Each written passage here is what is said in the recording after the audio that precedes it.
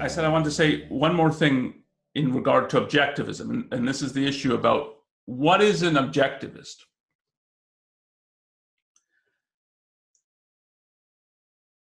The simplest way, I think, of thinking of it is it's somebody who has some awareness of Ayn Rand's philosophy and self-identifies as an adherent or a follower or something like that of the philosophy.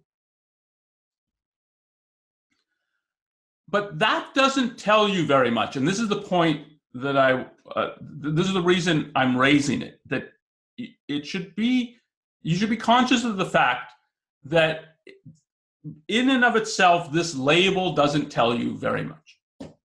Either when someone self-identifies as an objectivist or someone calls somebody else, well, he's an objectivist. So it doesn't actually tell you very much.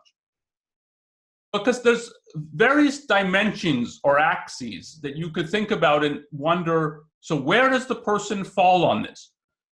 So I said, I think to call someone an objectivist requires some awareness of Ayn Rand's philosophy. If he's really never even heard that Ayn Rand has a philosophy, it doesn't make any sense that a person would be self-identifying as an objectivist. He wouldn't even know what it is that he's self-identifying with. But I've met people who they've read something about, well, Ayn Rand is pro-capitalist. And I think of myself as pro-capitalist, so I guess I'm an objectivist.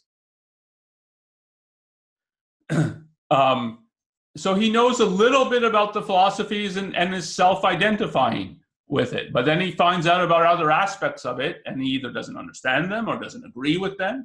So that there's a lot of variation of just how much of the philosophy is a person aware of, even when they self-identify as it with the philosophy. Then there's a question of, even if they're aware of a fair amount, how much of it do they understand? And there can be big variations in regard to that. How much do they agree with? So you can understand the philosophy and disagree with it. You can understand Marx's philosophy. You can understand Marxism and reject it. So it's not just an issue of understanding, but when someone's self-identifying, it means some kind of agreement.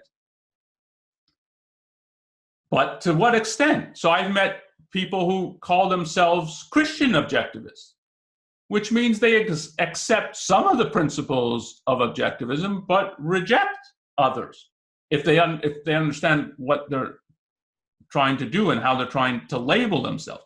So there's an issue of how much you agree and whether there's things that you don't agree with in regard to objectivism. And then there's an important axis of how much is the person actually trying to practice it? So and this goes back to how Ayn Rand thought of philosophy of her philosophy informally. It's a philosophy for living on Earth.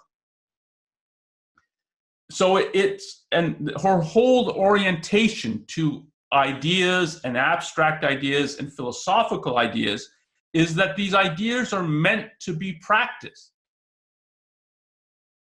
So a real question in regard specifically about objectivists is, how much are they actually trying to practice and live the philosophy?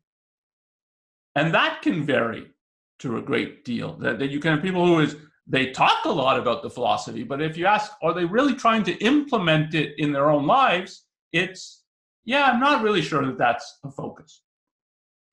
And then even if they are trying to practice it, there's a question of, are they practicing it properly or successfully? Or are they going wrong in all kinds of ways in trying to practice it? And there's all these kinds of differences. And the label objectivist is tossed around, and it often is referring to very different kinds of things and kinds of people. And in Ayn Rand's time, I think part of the reason, I think this came up on the chat as well, I think Jennifer put it, student of objectivism. Ayn Rand used to insist that people, when you start clubs and things like that, kind of a little more formal organization of an interest in objectivism, that you describe yourself as a student of objectivism. And I think precisely for this kind of reason, that there's all these dimensions and axes that are at play, and she doesn't want it confused with, she has a view as the originator or creator of the philosophy. This is what the philosophy means, and this is what it looks like to practice it.